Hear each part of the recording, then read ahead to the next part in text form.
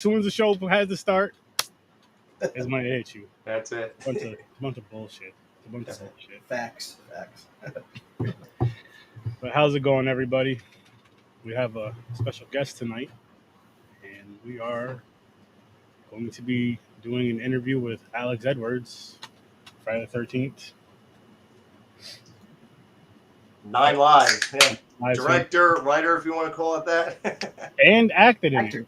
Yeah. A little bit of everything. Sort of started. And did the commentary, which the commentary and the movie, as well as IMDb, are all in the description. So if you guys want to go check that out, if you haven't seen it, no matter how we felt about it, if you listen to the episode, you know. You should still check it out. It's an independent fan film. And I would say watch the regular version first, then watch the commentary. And you'll understand a lot of the reasons why they did the things they did. Which one thing that was interesting to me and awesome at the same time is you and your wife going out there for like a romantic thing. And she's like, I forgot the gentleman's name, but have so-and-so come and wear the Jason suit. Have Steve come and wear the Jason suit. Yeah. This is awesome. Yeah, me and Steve were big horror guys, like growing up. Like we fed off each other. It was like a pretty important thing in our lives when we were young.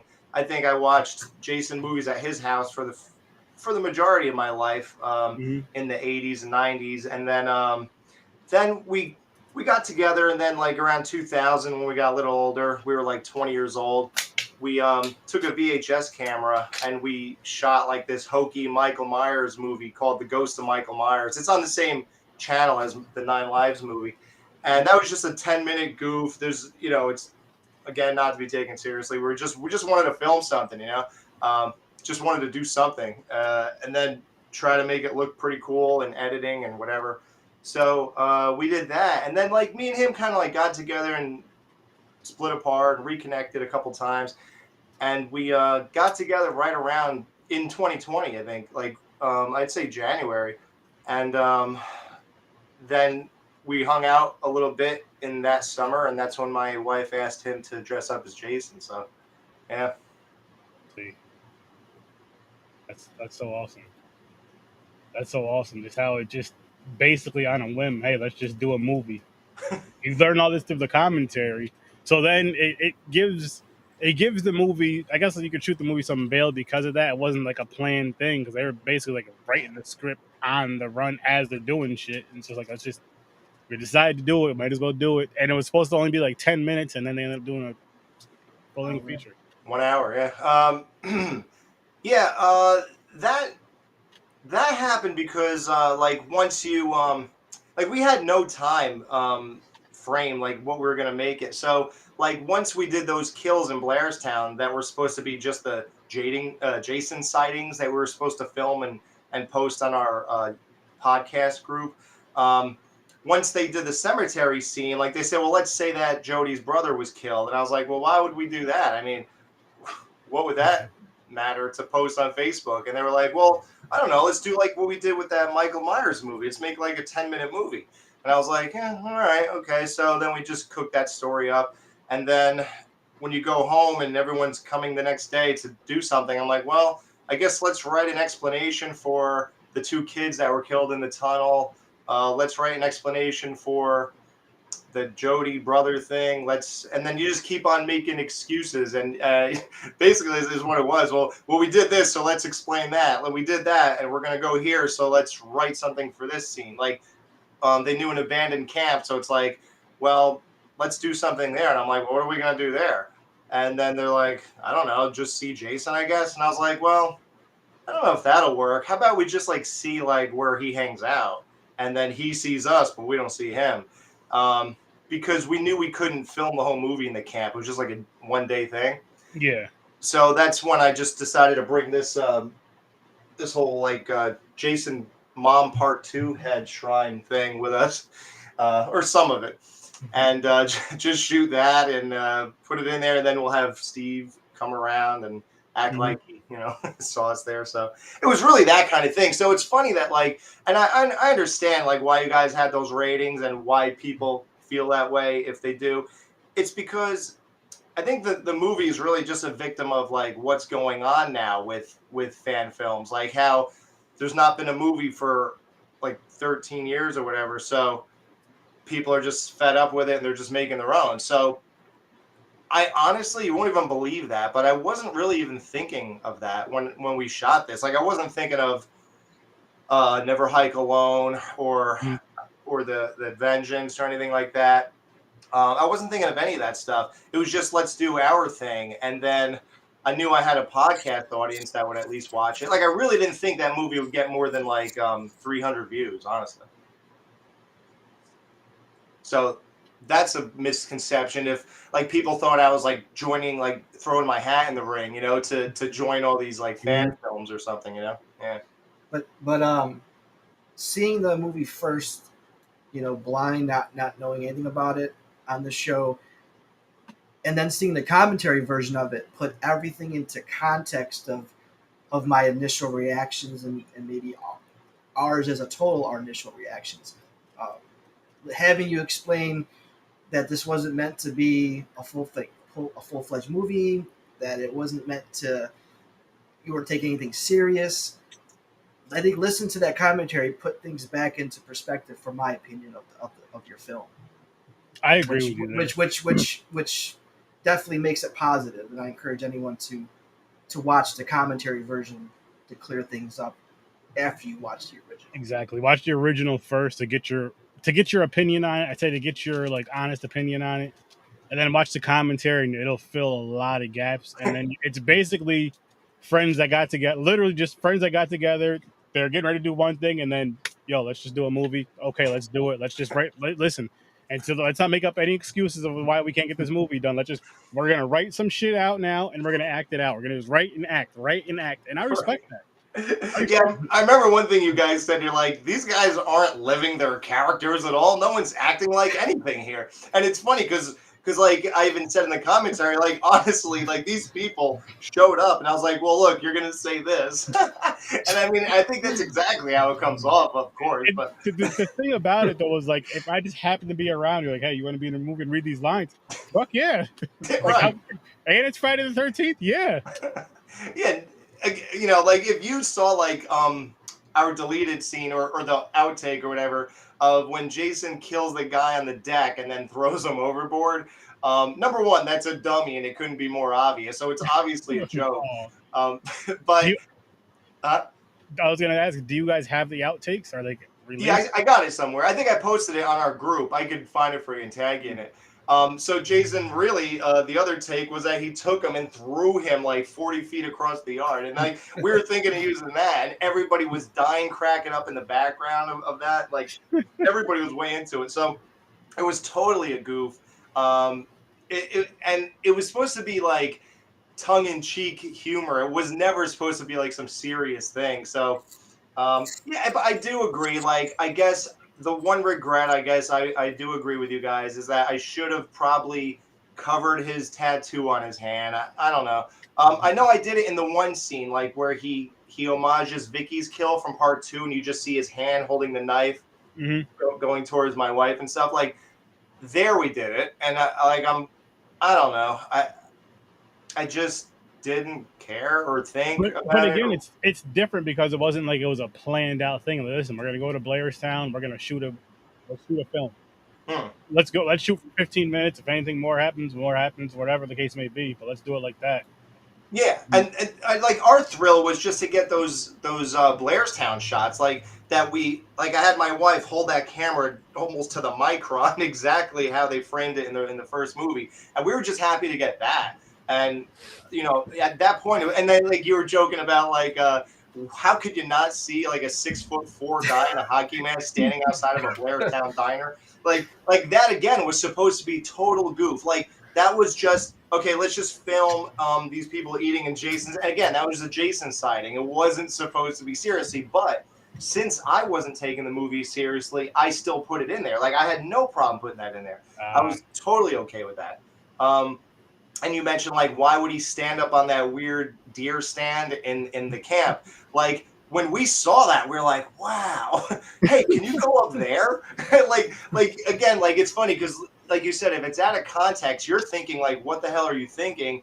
And we're thinking like, hey, how about you do this? How about you do that? This is different. And that's all we thought about. You know what I mean?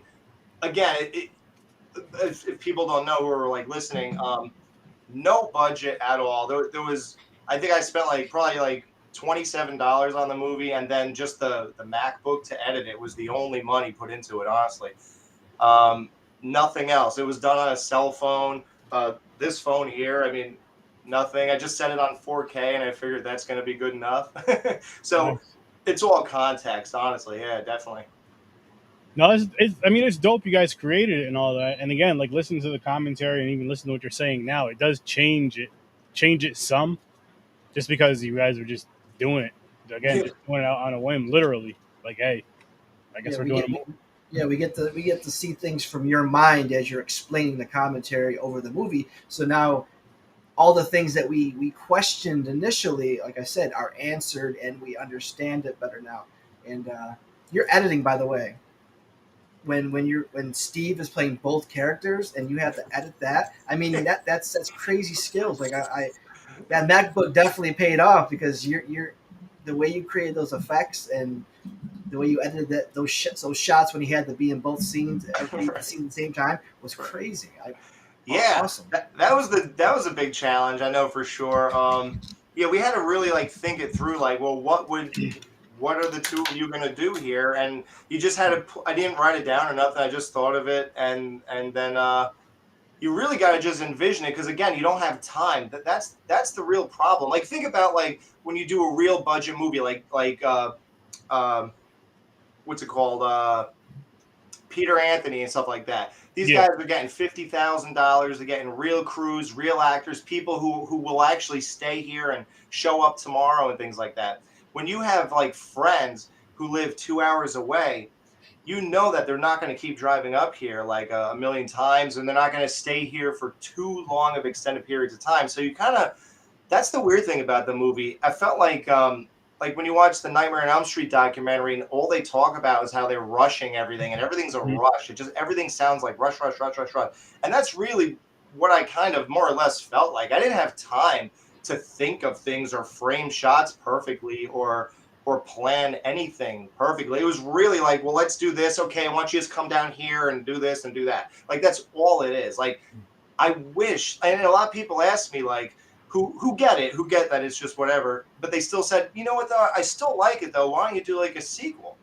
And I said, I would only do another one if I could actually write it from beginning to end and have a point to it and a plot to it and have, like, no offense, guys, but like real actors and stuff like that, and maybe a real special effects guy and locations and money and sound and an editor, things like that. Like, if I could have real things at my disposal, I would attempt doing something like that again. But from here, I would just do like maybe the 10-minute things I envisioned the first time. I would just do more of that because that's easy, That'd be interesting. I would like to see that.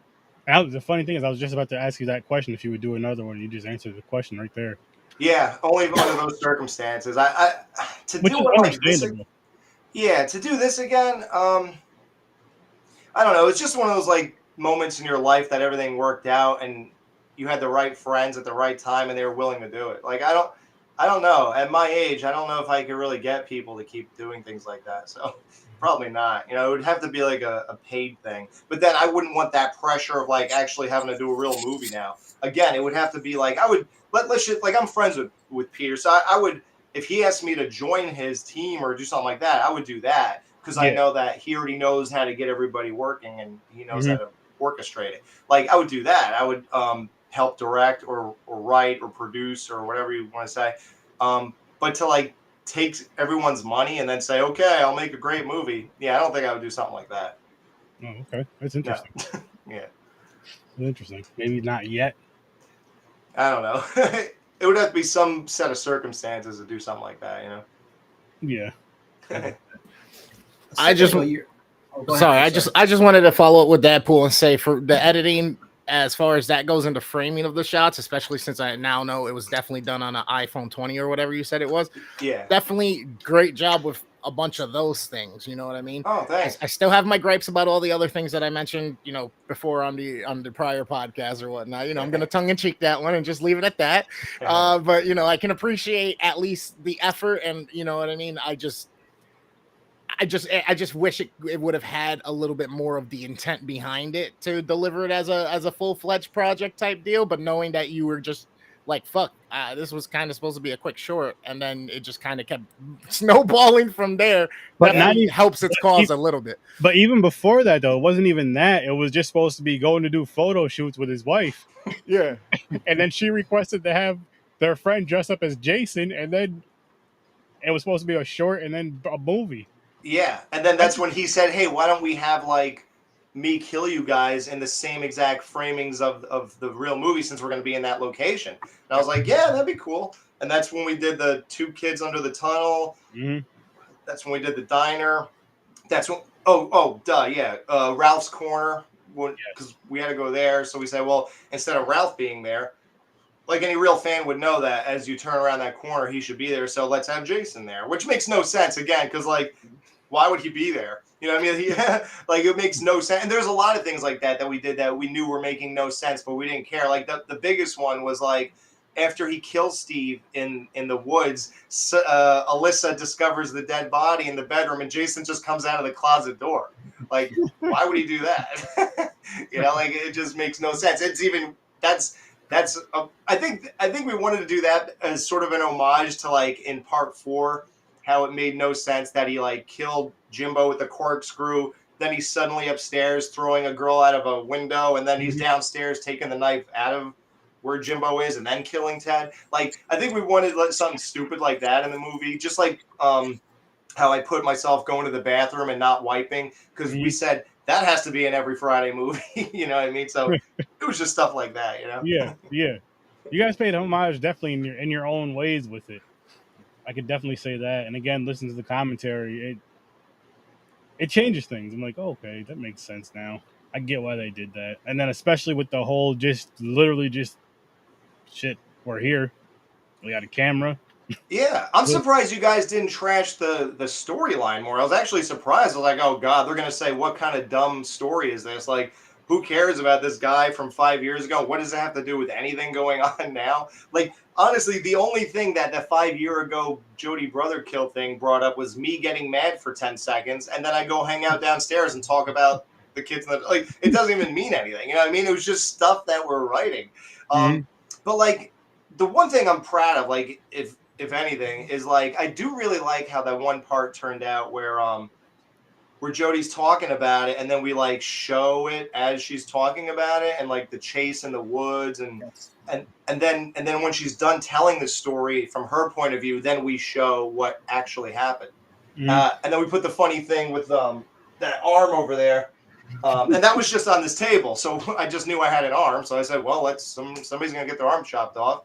So that was that, you know. And again, it's very, I don't know, out of context, it's terrible, because it's like everyone's doing these serious movies now, and, like, how could you treat this like you would have treated something in 2000 or 95 with a VHS camera?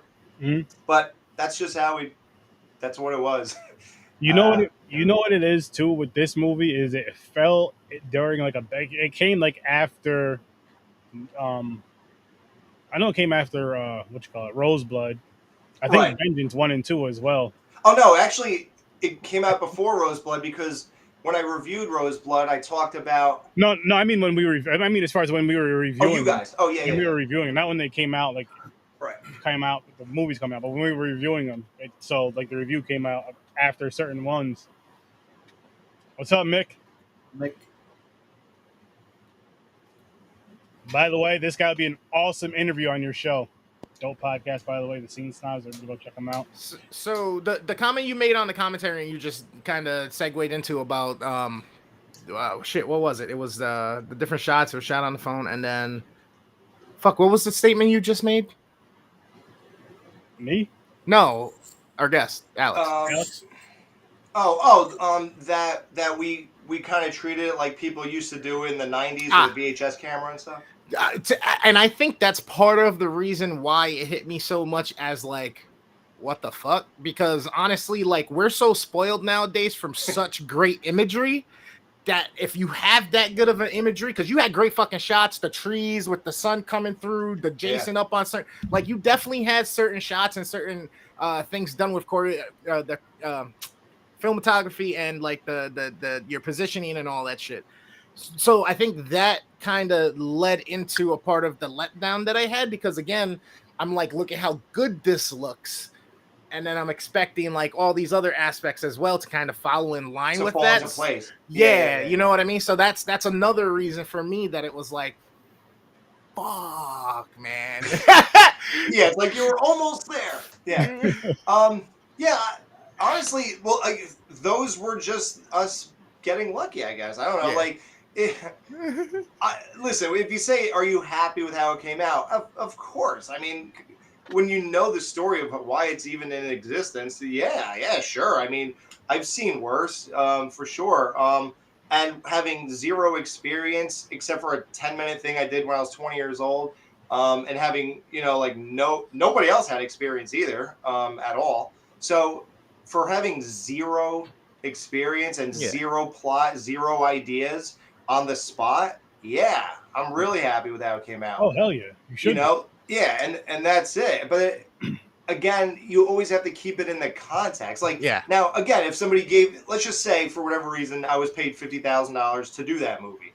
Oh, yeah, I'd be like, oh, I just didn't care. I just wanted people's money, and I just shot whatever I wanted. You know what I mean? Like, that's what I would think if I did it that way. But since I got $2 for the movie, yeah, I'm happy with it. It's funny, right? Because most people would be like, well, what the fuck did you do with the 50 grand? And you'd be like, well, what did you expect for 50 grand? You know what I mean? It's different perspective on that. Yeah, I'd be like, these movies take 20 million to make. What are you talking about? Yeah. Driving up in a brand new car. How much did that cost? $48,000. Yeah, what did you do with the rest? Made the movie. I bought a MacBook. Does the movie even make an appearance? Nope. Does the car make an appearance? Nope. I didn't want it in that movie. I didn't want to be tied to this. Yeah, I don't want it in this crappy movie. What are you kidding me? That's funny. That's funny. Oh, man. No, but at least you can chuckle about it. At least you can embrace the feedback and at least go, listen, dude. That's fine. But just so you know, like I pulled out my phone. People started hanging out. We were supposed to be drinking and just getting some shots for each other. And the next thing you know, we made a fucking movie. Get off my back. Hey, how about that? Again, that makes sense to me, because it's just like, again, listen, we have, I don't know how long it took you guys to shoot, but let's say we have a week. That's it. I think I wrote it at the end of the movie. In the credits, it says the shooting dates. But again, that doesn't mean every day was dedicated to this movie. Yeah. Absolutely not. It was like, if I had to be real about it, I'd say like 4 weekends. 4 weekends? I think so. Nice. And then I had to do a lot of filler stuff. Like, for example, so in editing, I'm like, oh, God, we don't have anything that explains this, or we don't have a transition to that. We don't have this. We don't have that. So then I would film things by myself and around the house or whatever to fill stuff in when I couldn't get everybody together. That's why I'm in the movie so much. It's not because I want to be a star or anything. I actually, the point of me was to just fill in tons of gaps. And that's why it might appear that I'm like one of the main people in the movie, but it's only because I couldn't get everybody to come back here. Yeah, so that's the other thing. Yeah, for sure. Get that for sure. I was like, this guy looks so familiar to me. I'm like, where the fuck do I know him from? And I'm still trying to put my finger on it, man. I'm still trying to put my finger on. I'm like, have I caught his podcast before in the past or something? Have I seen him in something else or something? It kind of looks like Dave Grohl, so he's kind of a little bit. He kind of does look a little bit like Dave Grohl, a little bit. A little Foo Fighter action. You know, I've heard that before, actually. No, but yeah, I was just like, man, this guy looks super familiar the whole time. And then I was like, was he an extra on Sons or something? Like, look, he pulled out the Fat Boy and everything. Like, what the fuck? Oh, I wish. That's one of my favorite shows. Hell yeah.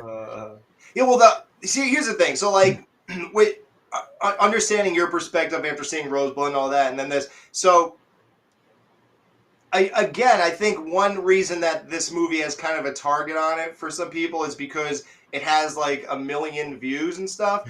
And again, I don't know how that happened.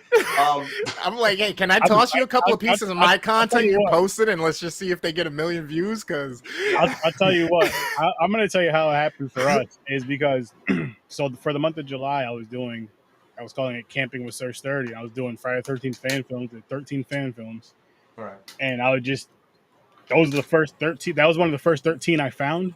Oh, So I was like, I'm just going to put this on a playlist so I don't forget which ones are which. I sent it to these guys, and we watched them the days that we reviewed them, and kind of just went down the list. Wow, that's weird. I think I found that playlist a few months ago, because I think I might have been looking for fan films. Because I always get someone writing to me eventually and saying something about it, and oh, you should see this other one that did this or that, the other thing. They also did Jason Part 2 stuff and all that. So then I start looking at stuff, and then somehow I just found that playlist that you're talking about.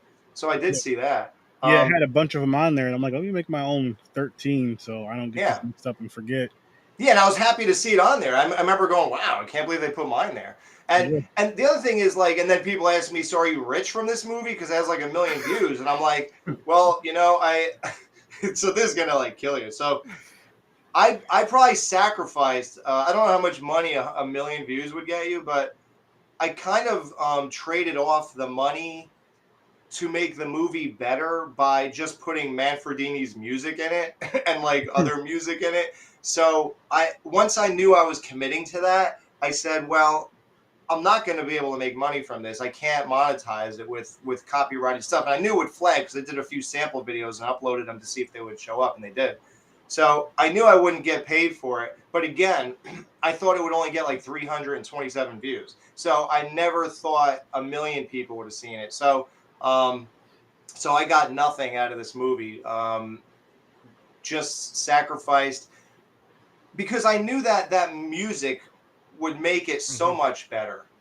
And I spent a lot of time like picking the exact right music for every scene. Like I would play like 30 different tracks and overlay and just keep watching the scene over until I found the right one for each one. So that was like a lot of the time spent editing. So that was like my trade-off. I wasn't going to get any money for this, but at the end, it was a product I'd be happier with watching when I'm 65 and saying, yeah, it's better like this. Because having generic music or no music or whatever, it would have been, you guys would have hated it a lot more. I think that music really made you give it a 1 or a 3 or whatever you did. I think without the music, I don't think it would have done that. So. And the Halloween party music, that was actually Violet's music from Part 5 when she gets killed in the bedrooms. So that was a nice little touch. And then, the cosplays that they were dressed up as. You had someone from A Clockwork Orange. I think someone was dressed up as Clockwork Orange. Right. Yep. You had the mask on that just mysteriously would come off, come on, come off, and come on. That was funny to listen to in the commentary, by the way, because I'm like, wait a minute, I'm watching this the first time. He's in the bedroom, no mask, but he's going to take a shit, and now he's got the mask back on. Yeah. I'm like, what's going on? But no. Yeah. It was great. Again, the funny thing with that, so you realize the context of how not serious this was. So, it's in the other room. So I don't know if you guys are fans of Alice Cooper, but I'm like a big fan of him. So do you know that like on his shows, he like cuts his head off in the guillotine? Yeah. Okay, so they started selling those heads. So I bought one like 3 years ago or whatever. So I had that mask from like Trick or Treat Studios or somewhere. I forgot who made the Alice Cooper mask. So my kill was supposed to be Jason seeing me and then just swiping towards the camera, and then I would roll that Alice Cooper head down my legs. So it would look like my head was cut off, but it would be obviously a colossal joke. Like, there's no way you would think this is real. So it was just for a total gag, total goof, and that was the extent of my character. I wasn't going to do anything in this 10-minute movie. So that's why I had that mask on, because we were shooting it in the early days, and I had to incorporate it again as the movie went on, just to have some continuity. But it held no, obviously, major meaning or anything. So, quick question for you. Seeing how you did this with no true direction or anything like that, and just on a whim, and it got 1 million fucking views. Yeah. Are you inclined to do something else? Just period? Anything else? Just You know what I mean? Like any original shit or just another type of remake or fan film that you want to do that you're passionate about? Because not for nothing, man. If you got 1 million views off of this shit, you can get 1 million views off of something else. You know what I mean? Yeah, hopefully. I agree. Thanks. Yeah, I would like to do shorts. Like, I do want to keep it to the 10, 12-minute thing, and I think I could definitely create like stories like that. And I would definitely actually practice acting and stuff. I wouldn't just like look at it and say it this time. And I would try to get like other people to actually care about it and really read their stuff. And yeah, so I would like to do 10-minute shorts and like vignettes or whatever you want to call it. I could get behind that. Yeah, you and me both. Send me a script. Yeah, right. It just seems a lot easier, and it seems like I feel like I could do even better, obviously, with than a full-blown thing. But I have written a script a long time ago. That disappeared though. There was a website called HORRORWITHSIR.STURDYGUESTS, and I submitted a script for, again, it's funny, Friday 13th Part 9. It was a script where it was all the, and this is years ago before this became a common thing. It was a script with all the returning characters who survived, and I wrote it in all their voices, and everybody really liked that, and that was like my first like attempt at a script, but it was like a lot easier because you already had characters to work off of. Like, you didn't have to create your own, and you could kind of like keep moving on. Like, Chris was still messed up and on medication. Tommy was the only one who could like understand her because he also was traumatized, and like Amy Steele and John Fury were they were still a couple, but they were like kind of estranged or whatever. Like, it was this whole thing. So I did make an attempt at writing before, and this was like in 2003 or something like that I wrote that. So I definitely think that I could cook up scripts that are like coherent for sure. Yeah. I definitely didn't do it here. I think this was just a gap filler, honestly. It was just, let's just say things to explain things and to move to the next scene, and that's it. You know, I wish I could have wrote it from beginning to end. I wish I knew I was making a movie, you know. No, because I honestly, I would want to see even something shorter that you can do and, you know, make a little bread off of, get monetized on the videos, and then also that you have, you know, your direction and your writing to it so that it's the way you actually intend it to be. You know what I mean? Like I said, like we said, you know, now knowing that, yo, this was literally off the riff, just like, hey, we're kind of here, let's just, and it snowballed. All right, cool. But if you did that with this and got that many views for whatever the reason is, now I think if you put something together that's a little bit more structured and a little bit more organized, acting aside, whatever, you know what I mean? There's other points that can still elevate the process of, you know, I mean, your whole, the goal that you have. So I honestly would love to see something else. I would love to see you actually go for it on something and go boom. You know, I may have ripped you apart, don't get me wrong, but at the same time, like I said, like, bro, I understand the process. You know what I mean? I get the situation, but at the same time, I just like fleshed out things. I like things that hit kind of on all cylinders. You know what I mean? Most people do, yeah. And, you know, it's funny. Peter Anthony wrote me and him were I guess it came out on Christmas or something, and like for the next 3 days, me and him were talking like in voice messages on Facebook. He for some reason really liked it. Like he was really big into 9 Lives, and he was like, yeah, I loved how you did this and that, and you homage this and that, and I really like this, and I love how you made it like a home invasion movie, man. Like, you don't see that no more. Like, not since Part 4 did Jason enter a person's house, really, and things like that. And he like really liked certain aspects of it, and I think somehow he knew where I was coming from. I'm not really even sure how he knew that at the time, but and I think he suggested this movie to you guys, right? I believe it. No, I just when I made the list, I found it. I'm gonna make a joke, and it's only based on other jokes that he's made. It was probably the Quaaludes. It was probably the Quaaludes. No. Yeah, here he is. He's writing right now. Hell yeah! What up, Pete? Oh yeah, what's up, man? So yeah, Alex, yeah, he was. Yeah, it was a fun thing at the time, you know. So I'm not sure if these asked before I came on, but I have to ask: what the fuck was 9 Lives?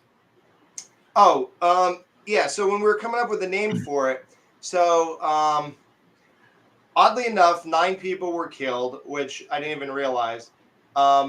It was the main girl, the final girl was in a cat outfit, and I wanted to like have something with that.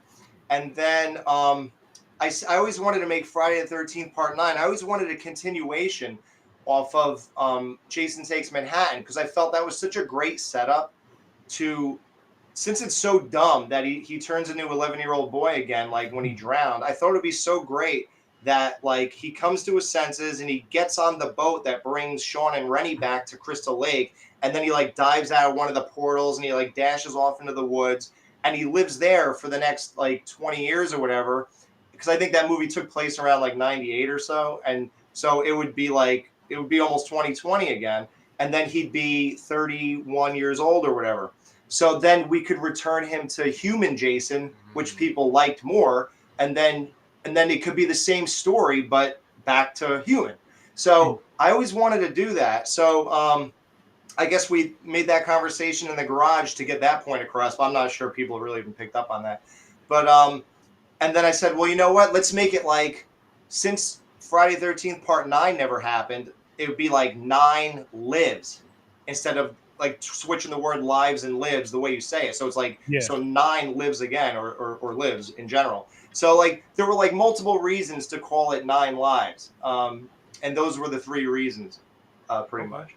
Okay. Yeah. I was trying to figure it out for the life of me the entire time, man. Even till the end, I was like, what? I still don't understand the title. Yeah. The second time, I was like, I still don't get the title. I was hoping the commentary would have commentated. Yeah, I guess you couldn't tell she was a cat. You know what's funny about it? Like, I mean, I saw she was a cat, but... Oh, you did? Okay. Yeah. Oh, because, yeah, she had the tail, I guess. And she put the ears back on. Yeah, it just didn't click. Yeah. Well, and that was that was sort of my homage to Psycho, which Scream did, and I'm sure a ton of people did, where you thought that you were following the Nightmare Girl through the movie, and she'd be the final girl. Then all of a sudden, she's killed at the drive-in, and then you're like, oh, well, so what are we doing here? And then pretty much the very next scene, introduction, final girl. And then I thought she'd be easier on the eyes, and people wanted a hot chick in the movie, and I did too. Like, she was always my pick for the final girl. Like I said, Alyssa has to be the final girl because she just looks the part. She just is the right person to really tie this movie together. I don't think that Annie would be the right final girl. So Alyssa was always my choice. It was never going to be that other girl. So that was cool that it worked out. Oh, yeah, that's breaking. Oh shit! Yeah. Looks like you're invited out, sir. Looks like somebody's got a spot for you and a part for you in his movie Laugh. He said, get ready to drive to Connecticut. Hey, man, let's do it. Look at that. That sounds good. Look at that. Make sure you guys put that in the behind the scenes. This was all connected on HORRORWITHSIR.STURDY. You can even clip this scene right here and put that at the end of the movie. Oh, God. No, this guy's on a roll. Like, even like his stuff, his work in Vengeance, and then the 3 after, like, it's just... He's just on fire right now, and even in my review of his movie, I said he's the right guy to be doing this stuff, and I asked him like, so do you have other plans to do like studio work and all that? So he has everything. He has his ducks in a row. Let's just say. Yeah. Nice. Yeah. No, we know he's been doing his thing. We had him on here a couple times over the past couple of weeks. Oh yeah. No, I saw. Yep. He's been doing his thing. He's been killing it. He's been hurting himself though. I think he needs to be in like a big thing of bubble wrap. Big old Cuban in some bubble wrap, just so he's safe. If he tumbles over or something, he won't hurt himself. Yeah, I saw that knee thing. God. Oh, yeah. Hope you feel better, dude. Take him out the bubble wrap when it's time for him to shoot a scene and put him back. That was just to get extra money for the film. That's all that was. It wasn't real. They're like, oh man, he's gonna need more time, more money. Just let's just give it to him. Poor guy, he's on perks. Yeah, that didn't look too fun though. Nah, that did not look too fun. So what? Another knee. What subgenre would you want to start with doing the shorts? I would like to do like a Psycho kind of thing, because that used to be like my favorite franchise. Okay. I love 1, 2, and 3. 4 is like horrible to me, but like 1, 2, and 3, like 3 is like one of the greatest psychological like explorations I've ever seen. Like it's the most intimate look or whatever that you'll ever get of the character of Norman Bates, because it was even seen through the eyes of Tony Perkins because he directed it. So like the guy who brought that character to life actually showed you the world through his eyes. So I always thought that was really interesting. I mean, there's some aspects about it that aren't amazing, like the soundtrack or whatever, but or the score. It's a little like religious-y. But other than that, I think that's like a great film. The leading girl could have been switched out for somebody else. I think that would have helped. But other than that, yeah, really great movie. And I always was really into the character of Norman Bates. So I'd probably do like those types of things, like the psychological mental case type person, you know, instead of like, I guess he's a slasher, but more straight human. Yeah. No, I get what you're saying. Yeah, not like a. With that. That'd be interesting to see. A ghost stuff I'd like to do. Paranormal. Like, you know, things as simple as like paranormal, you know, like what they did is pretty amazing, right? I mean, all you have to do is like bang on a wall and you have like a $100 million movie, you know, and like drag things across the room or whatever. So like that I admire for sure, that he put Psycho 2 ahead of 1. Yeah, man. People do.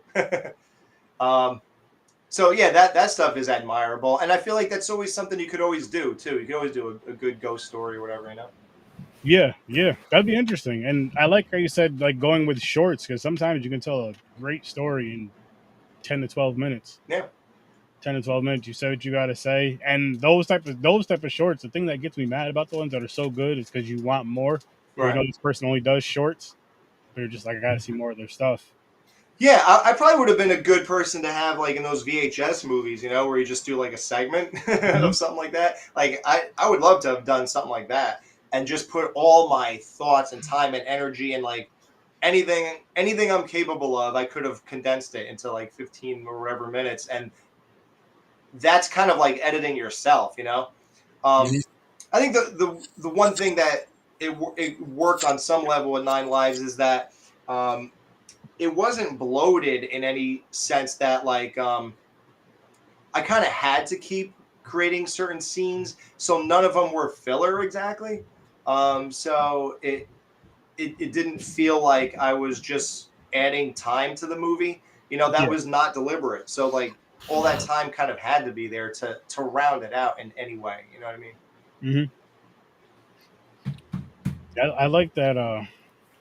I like that you'd want to go in a different route than just like regular slasher, going with the kind of paranormal or psychotic / paranormal, but more of a mindfuck than a Friday the 13th film would be.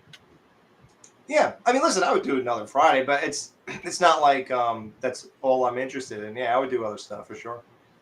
Now, is that your favorite franchise? Yeah, pound for pound, I would say Friday would top them off. I guess beyond that, it would be like Psycho. Believe it or not, Sleepaway Camp. I'm really into those. Even like part 2 and 3, I think those are really cool. I like Child's Play. Like I'm into it, and I'm into it when I watch it, but I don't think about it too much when I'm not watching it. So I can't say it's like a huge part of my life or anything, but I like those. Nightmare on Elm Streets are weird because like I only like 3 of them, and there's like so many, you know. So I don't know. So which 3? Just the first 3 is the only ones I like. Yeah. I like 2 the most, and then 1, and then 3.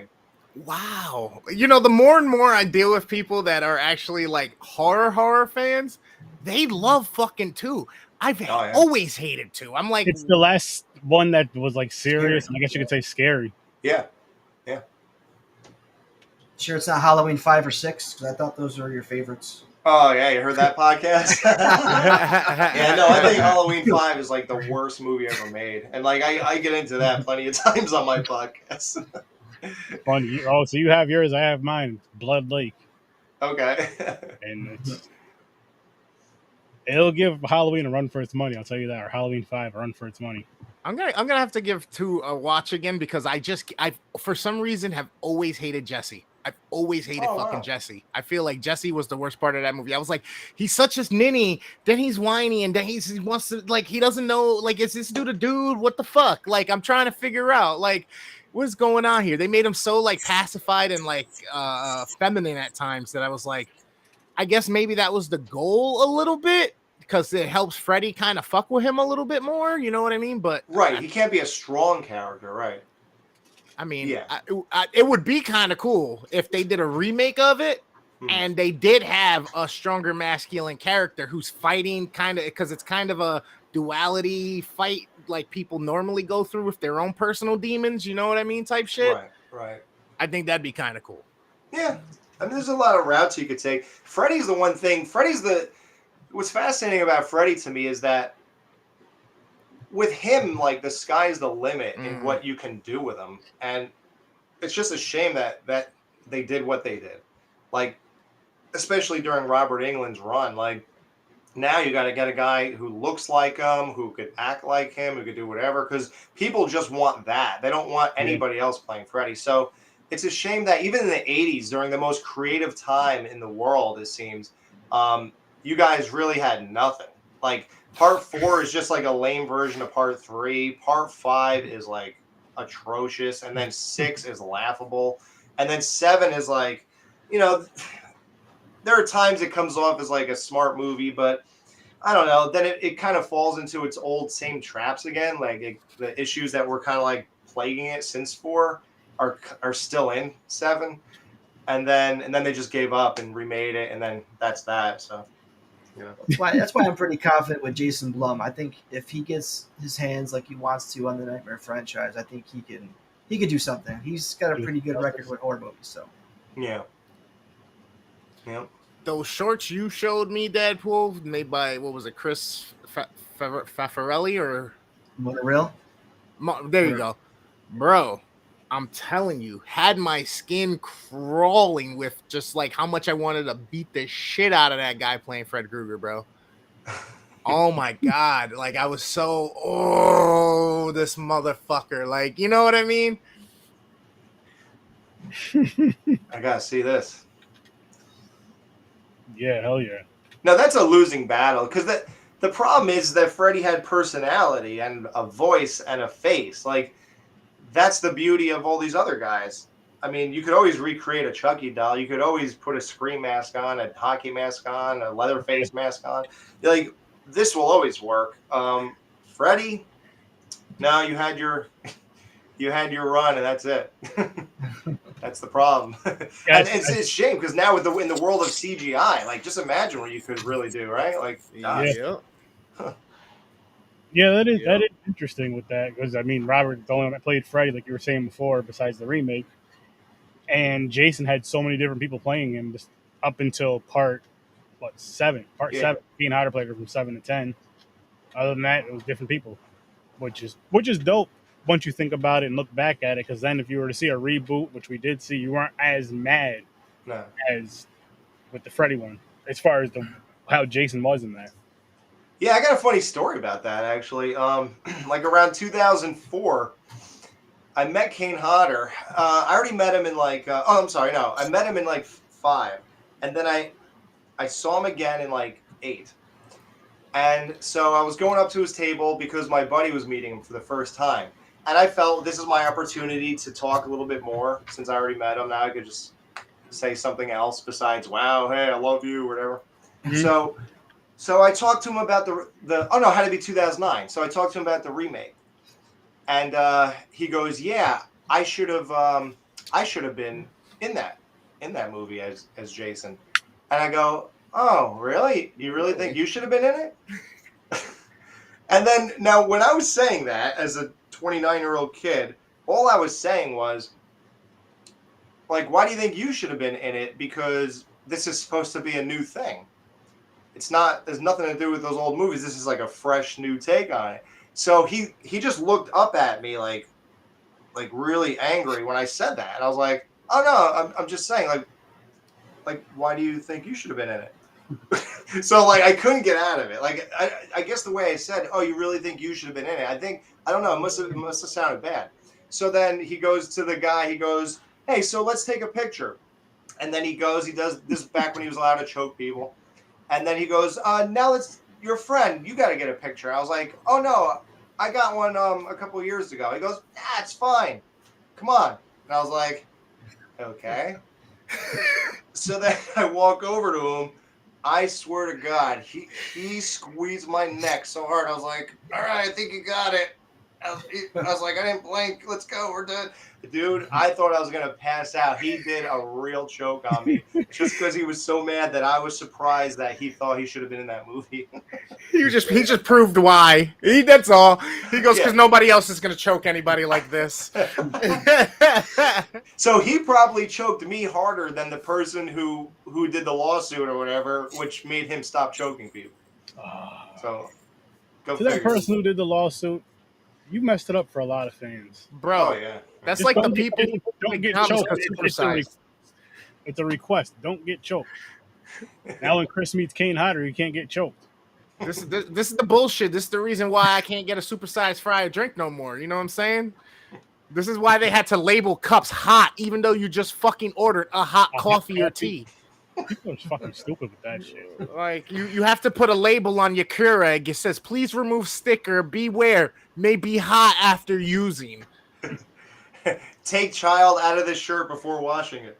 Right. Yeah. Weird instructions, right? Yo, when did It's like, wait, you killed 2 birds with 1 stone. Now there's no bath. Perfect. Where did these idiot instructions come from? Like, when did this shit start? Oh, I believe it. No, I know it's out there. I'm just saying, like, when did this stupid? No. I mean, if you scroll on Instagram long enough, you'll see there's enough stupid people that I can see why they do this. I guess that's the curse of social media. There was always stupid ass people, but you just didn't know about it. You only knew about like 6 of them, and that was it. And your whole town, or even like out of all the people you do in the world, you only knew about 6 of them. Right. Maybe not even personally. Maybe just some people you know on TV. Now it's like 6 every hour. Yeah. 6,000 every day now they all got phones and cameras and they're all going viral on TikTok except for my ass. Or doing some stupid shit. I'm telling you, I gotta start hitting myself in the head with some frying pans or something. I guess. Get somebody to walk up behind me and just clap. So to get back to 9 Lives, I know we're just talking about Freddy. I think one of the cool things about the movie was the nightmare sequences. With Annie, with yourself, because that just kind of just added a different layer of suspense, horror, grief, psychological, all that. I mean, it was just a nice little touch. I'm still mad that Annie got killed off soon. It's in my notes that I'm kind of mad Annie got killed off so quickly. So you didn't like the psycho switch then? I thought she was gonna make it to the end. I had that feeling. I'm not mad about it, but I kind of grew on Annie. Kind of grew on me throughout the whole movie. So, but the sequences, the nightmare sequences, were cool. I think she was a little surprised too. Her eyes popped out. Yeah, dude, that took something so stupid. Took so many takes because Steve had to hold her just so we could see her feet dangling, which we could have rigged other ways that he wouldn't have had to do that. But we were in the middle of the woods, whatever. So I kept dropping those eyes, and they would not stay in frame. And I'm not gonna like follow them with a camera, so I had to drop those about 11 or 12 times, and it still rolled out of frame, and just the one stayed. So I was like, "Let's go, cut and roll. Let's move on." I'm gonna fix that for you. You just said that shot was not 11 or 12 times; it was 13 times, guys. That's what he meant to say. 13 times. 13 times one would work right. Exactly. Yeah, just like that one shot where Jason like busted through the window, sort of. That took so many times because everybody had to be in the right time and sync up right to the window, and that like little things like that. I put like real, I guess, effort into. I guess if you want to say, but generally, like 1-2 takes. That was it. As long as I got it and it turned out whatever, it got the point across. We just moved on to the next thing, just so we could finish this. But thanks. Yeah, the nightmare sequences, those were just I hope I don't take the mystique away from you, but those were just born out of we should do more. We should do a bunch of chase scenes, but where would they go? Like like once he chases her here, what are we gonna do at that point? Or once he does this, or once he kicks the door and it comes at her, what am I supposed to do? Kill her? So I was like, so let's just have it so she's just like dreaming this stuff. And then we ran out of scenes with Annie, so then I had to make believe I did it, you know. And that was like another example of like filling in gaps. Like again, that's why I'm being filmed again, to fill in. Well, we have this cool scene where he kicks the door in and all this stuff, and we chased around that abandoned thing. So someone has to dream it, and I'm not going to call them down from 2 hours. So yeah, let's go. You know what I mean? Hey, I respect it though. I respect it. And I mean, it makes sense. Like, oh, listen, I want to get this shit done. This shit needs to get done. So, you guys that live 5 minutes away, let's go. Come on. Oh God, I wish they did. Man, it would have been so. I think it would have been such a better movie if they lived close. God, yeah. Nah, it's hey man, the shorts though. me and Sturdy tried a couple little things. It doesn't get any better just because we're in proximity. I mean, I guess if they were, I guess what are you saying though? Is if they live closer to where it was 5 minutes instead of 2 hours, like, yeah, okay, that they can do away, more shoots and stuff. Yeah, a hell of a lot more shoots, and then maybe even have time to take it a little more. Like we could actually take this a little more serious. I mean, we're damn near neighbors, so we don't have to rush this. Right. And then maybe we can sit down and like cook up stories. You know, things like seriously. that. Even with little to no budget, I will say this: the Jason shoot should have been dirty. I know. I thought about that. Oh, I remember what I thought to be lazy, even though I could have just rubbed it in dirt. I think what I thought was, well, it kind of looked like this in part 3, so let's just go with it. Because part 3 was off the clothesline that Edna just washed Harold's clothes, so they were clean. So I was like, well, now it looks like part 3. No one's going to complain about that. And meanwhile, everyone's like, what the hell is this? And you're not the first person to say that, believe me. It's one of those things though, because you did pick like a specific movie, and if you did like Slasher Man, had the same exact story, it'd get a different vibe, a different feel for it. Say same story, different mask, of course, not the Jason thing, but because it's Friday the 13th, and then as a fans and people that are got more of a diehard fan than I am, they can point out every single freaking everything about the damn movies. I don't have time for all that shit. As much as I love it. And I have a bad memory when it comes to that. I mean, I don't remember all that shit. But I forgot my fucking point. That an audience who's watching it and they're knowing it's their favorite stuff, they're going to be more critical on it than if it was just a generic thing. Then if it was just a generic slasher, I think it'd be taken different. But again, people watch the film first and then go back and watch the commentary, and you'll understand why things happen the way they did, and you'll appreciate it more. I'm not saying you'll love it, because you may not love it. I do like it a little bit more, I will say that. But it was way better than a couple of the last. There was like 1 or 2 that we watched that I was just like, oh my god, there's nothing I can do with it. Oh, good. There you go. I'm not at the bottom of the pile. No, you're not. I do got to give you and your wife credit though, because not only were you guys acting and you were editing, but you guys were both like her shots of her filming. Like she looks like a pro. Like some of those takes she got and just looked amazing. Like she did such a great job. Stuff. Yeah, she shot all the camp work. Yeah. She captured that cool Stand By Me moment in front of the lake. She got us walking, coming to the camera, talking about how the neighborhood talks about a boy beast running around, and then pans across to the cat. And that's the other thing that you learn in filmmaking. Like, what I really didn't know, which I'm so mad at, one thing I do not like about the movie is that when you pan across and it's digital or whatever, it does that jumpy thing. So I found out, somebody talked to me about that. They go, hey, you know why that's happening? Because your frame rate was too low. Mm-hmm. So if you're ever doing panning again in the future, increase it, like double whatever it was. I don't even know what it was. I think when I edited it, I looked up online what a normal movie's frame rate is, because I wanted it to look like a real movie, and I felt that if I slow down the frame rate to like what it is in real movies, it'll look more like a normal movie. So, but I don't think that has any bearing on the actual filming of it. So So it still would have looked good even if I did that, if I had a faster frame rate when I was filming and doing the pan shots. Unfortunately, I did not know that. So that is one bummer about it that I.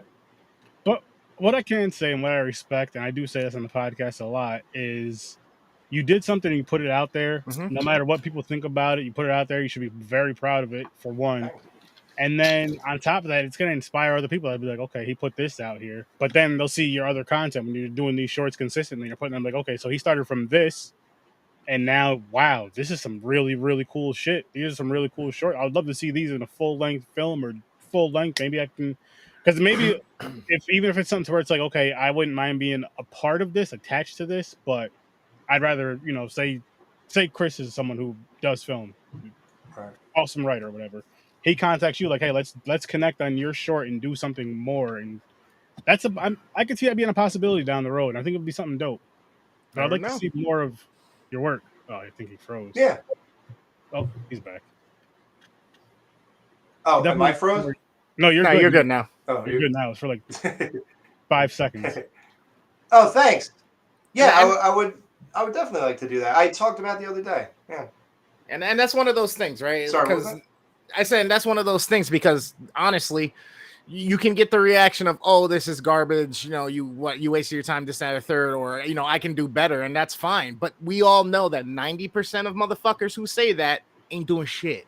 They're not going to do anything. You know what I mean? They ain't doing nothing either way. So you talk all the shit you want because we already know you ain't even gonna pick up the phone that's in your pocket to at least attempt. Not only that, but I don't think people will. Because I'm not going to say we weren't nice about this film, guys. We were pretty brutal. We weren't disrespectful, though. That's the thing. We weren't like disrespectful. Yeah, you kept saying nice things like I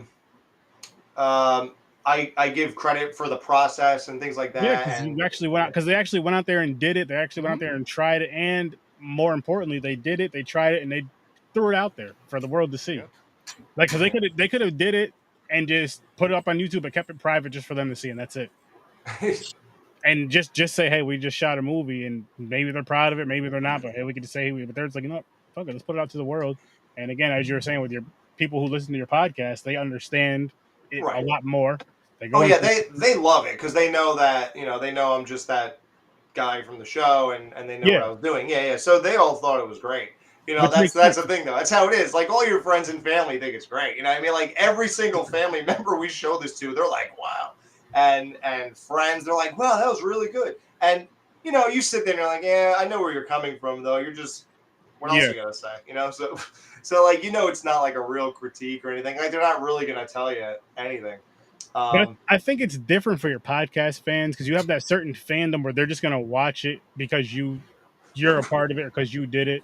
Right. And they may enjoy it because of that reason. Then of course, because the dope thing about podcasting is people get to actually get to know you in a way, even though if you're just reviewing films and doing interviews and stuff, they still get to know you, get to know your personality and all that stuff. So it's like, oh wow, he did a movie, or oh wow, he's like, now I got to go check this out, and I can kind of see it. The personality kind of kicks off in this movie, this, that, and the third. So I can see why if your podcast fans enjoy it and love it because it makes sense. It makes sense because you're so used to those personalities or whatever the case may be, and it's like, okay, now and that humor or the sarcasm in the movie or whatever. So like they're totally down. They thought nothing of it. They know where it's coming from, and everybody was cool with it. And I think you got to remember too, like they've known me for 8 years, so like it ain't like they just heard 4 shows. They heard 160 or whatever. So like watching that movie, it's a totally different context, and they know it's with a phone. I'm sure I think I talked about it before we even did it.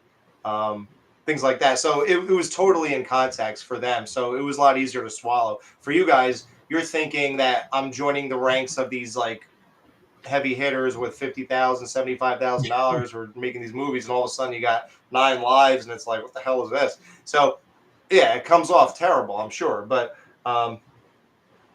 for what it is, like I said, I'm happy with it. I'm just happy I actually didn't hit my head on that tree stump. or get death spiked with the little rake, right? Oh God, yeah, dude. And I don't even know why I let him do that, because number one, when he was doing that, he was actually choking me for real. And I was like, dude, I was like, what are you doing? No one knows how hard you're holding. You gotta stop. I was like, this really hurts. And then he was doing the thing, and I can't believe that under that mask that I let him even get that close to me, which is insane. We could have easily hid that by my head could have been here and he could have been here, because who would know? Because there was a couch arm in front of it. Yeah. Like, I'm not even sure what we were thinking at the time. I think we just wanted to get it done. That was like the last night of shooting. Yeah, if you want to know that inside information, like everything from, besides Alyssa dancing with her boyfriend, everything else with Alyssa was done in one night, and it was all the last night. Oh wow. Yeah. So the other like complaint is the ending should have been better, because you had that music playing, and normally we all know that Jason should jump out or something on a cue of the music that you chose from part one. The answer to that is pretty simple. And I think I talked about it in the commentary. Everybody was totally burned out and they were done. Steve and Jody showed up, honestly, 3.5 hours late that night. And we were supposed to start shooting as soon as the sun went down. And instead it was 3 hours after it went down. And it was like 1 a.m. or something by the time I'm filming Alyssa drive away. So nobody wanted anything to do with the movie at that point. Like honestly, like her walking out, like that was all filmed in sequence too. Like every single thing was in sequence. Honestly, her whole chase, and even to her driving away, that was exactly the last shot. And the only thing I would have liked to do is when she turns the corner, Michael Myers could have been standing there, since the movie took place on Halloween, and then you just get that reaction where the camera just shoots up to her eyes, like the surprised eyes or whatever, and kind of an homage to Sleepaway Camp 3 or 2.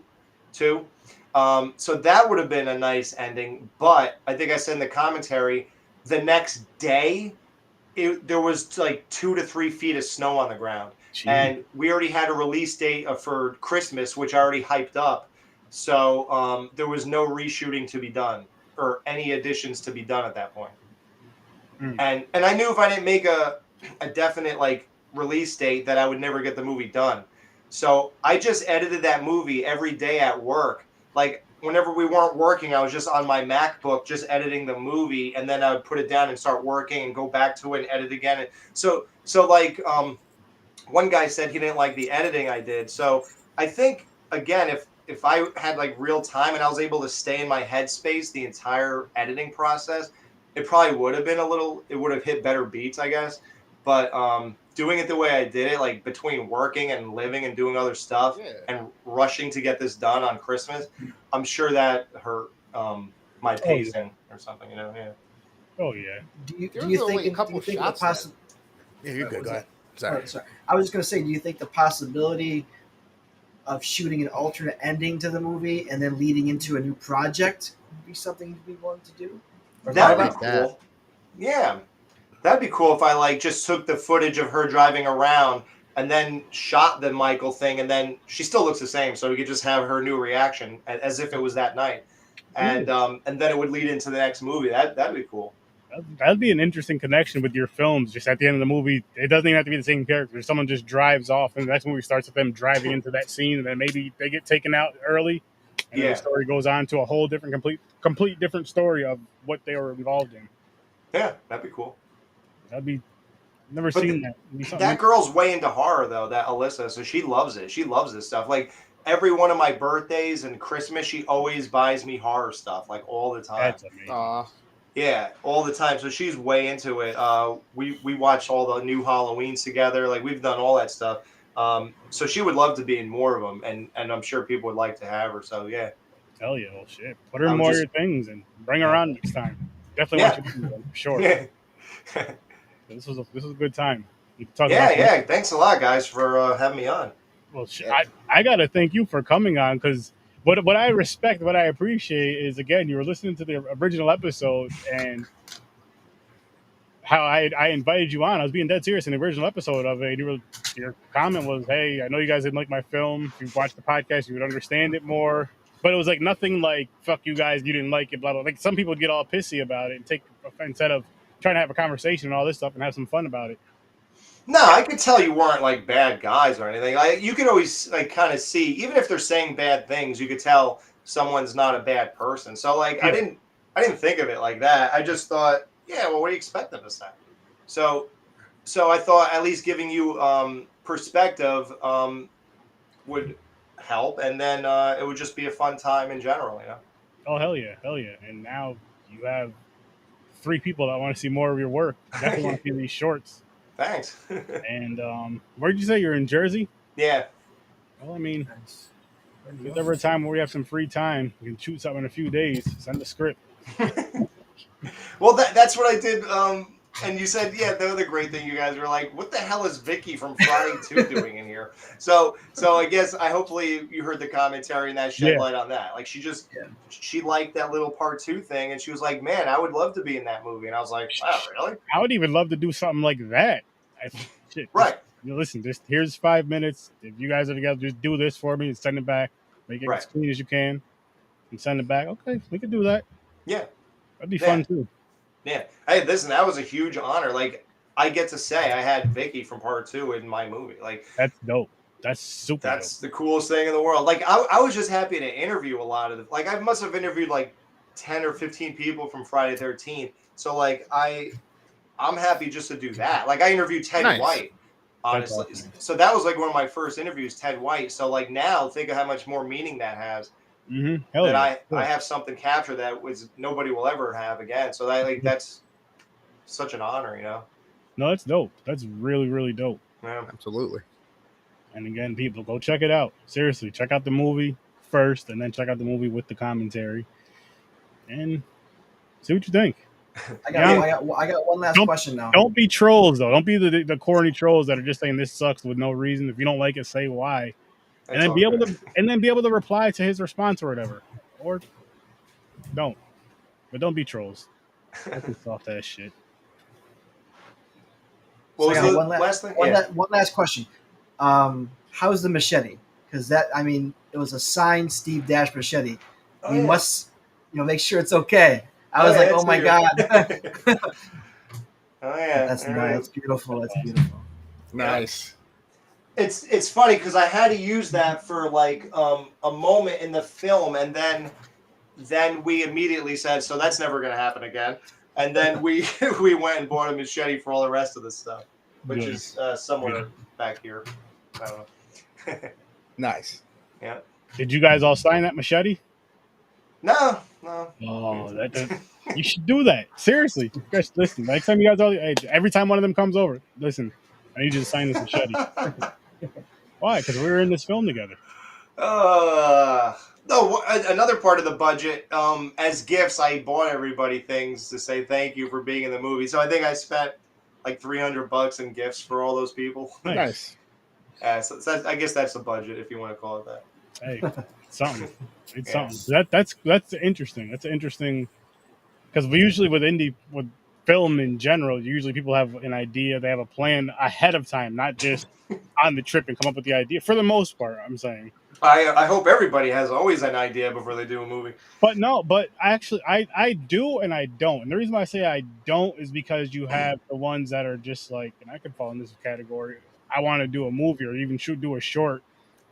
And instead of like just trying to waste time thinking it out, and just not, you guys just did it. I mean, I know it's a longer film, but you guys just did it. So I definitely respect that. I think that's a cool. I think it's a cool thing to do, just to at least get your foot wet, just to get something out there, and maybe just to kind of challenge yourself in a way of like, okay, I'll put this out there. Maybe I'll get 300 likes, and you end up getting 1 million. But it's like, okay, now let me see what the people are saying. Yeah. Now let me. Even the comments are positive for some reason on there. It's weird. It's like the people who take the time to write to you are usually writing something nice. That's good. Like it has like 8,000 likes. Nice. I think, and positive comments. Which I thought was really weird. I just didn't expect that because I thought my podcast people would like it, but I thought, well, let me just put it out there for everybody on the channel in general, just in case somebody searches like fan film, and then more people go watch it, and then it'll be worth more of my time, and then there you go. But I think I messed something up. Like I messed something up in my search engine or something because I had 1 million likes of 1 million views in the first year, and then I released the commentary exactly a year later on that same channel, and I think I like reused the details or something. Oh, And ever since I did that, it's only gotten 70,000 views in almost 2 years. So I realized I messed something up. I must have messed up the search engine, or people are confused or whatever. yeah. So I eventually made that commentary private, and then I added it in the description of the real movie. Oh, nice. So I hoped that would make a difference, but it hasn't picked back up. I don't know what happened. I messed something up. Yeah. So Maybe us talking about it will get a few more eyes on it. Hopefully. yeah. Hopefully, you know. The old-fashioned word of mouth. We're just using technology to do it. That's all. That's Yeah. all. But is there anything you would like to say to the lovely people before we get on out of here, or let them know where they can find you? Which all the links are in the description, people. Every single one of our links. Yeah, thanks for that. Yeah, thanks for listening to these guys' show and listening to the part 2 of their 9 lives thing. And if you're still here at this point, thanks for taking that much of an interest in it. If I've been doing a podcast since April 2, 2012, called The Skeleton Crew. Nice. Yeah, that's uploaded to most podcast feeds.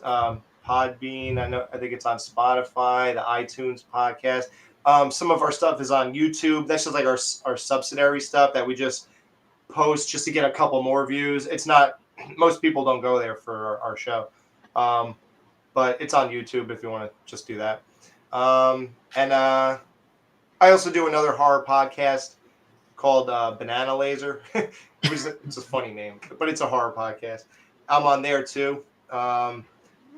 It's not active right now, but it's a lot of great stuff. You would love, because I joined the show later on, you would love their Halloween retrospective. So definitely check that out. It's so good. It's so good that I took all of it and I edited out like hours out of the entire thing, because it was like 10 hours long. I made it like 7. And then I, with the guy who made it originally, we added a bunch of clips in it and like polished it up, remastered it, and re-released it. And it's like just a great thing for people to listen to if you're a Halloween fan. Yeah. Nice. I guess our big Friday 13th stuff, if that's what you're into, for Skeleton Crew is like I interviewed Carol Locatel, Ted White, Ron Milkey, the guy from part 2, Scott, Adrian King, trying to think, a couple other people. It's not. Demon from part 5. Trying to think of other things that you guys might like. I know we did a Halloween versus Friday the 13th battle to see what was the better franchise. Which I know. It was. Did you hear the whole thing? I listened to it, and I mean, you guys had some valid points, but I'm still kind of like, everyone's shitting on Kane Hodder's Jason. I'm like, whoa, hot take. Yeah. I just said I like him, but he's not my favorite. I like him. Yeah. He's my favorite zombie Jason for sure. But the way you guys battled the movies and voted, that was, I mean, the pairings were great. So check out the pairings, because the case for each movie made for great conversation. That's all I'm going to say. Anyone who wants to check it out. Yeah, definitely go check it out, people. Definitely go check it out. Check out the podcast. And Banana Laser, where'd you guys come up with that name? Matt came up with that. He's like an offbeat kind of guy. Don't get me wrong, you'd love his humor, but he also has that like non-conventional humor. So he's the kind of guy who would just make a name that makes no sense, and it would not lead to make you think you're going to listen to a horror podcast. Like he just didn't care about that kind of thing. Mine was more conventional. The way we came up with Skeleton Crew is that when me and the guy were thinking of making a show, I said, yeah, you know what we should do? We should have like a banner where like we're in a dungeon and like we should make ourselves like skeletons and like we're in front of microphones. And he's like, yeah, and we could call it the Skeleton Crew. Nice. I was like, yeah, let's do that. There you go. There you go. There you go. Simple enough. Simple enough. I like it. Yeah. But again, guys, make sure you go follow Alex everywhere on social media, not in real life, because that's stalking. Go check out Worst Damn Gamer. His links are in the description. Dadpool, his links are also in the description. And you can also go to HorrorWithSir.STURDY.com. Don't forget to check us out on Popcorn and Pints. I'll see you nightmares, everybody. Have a great night. Peace.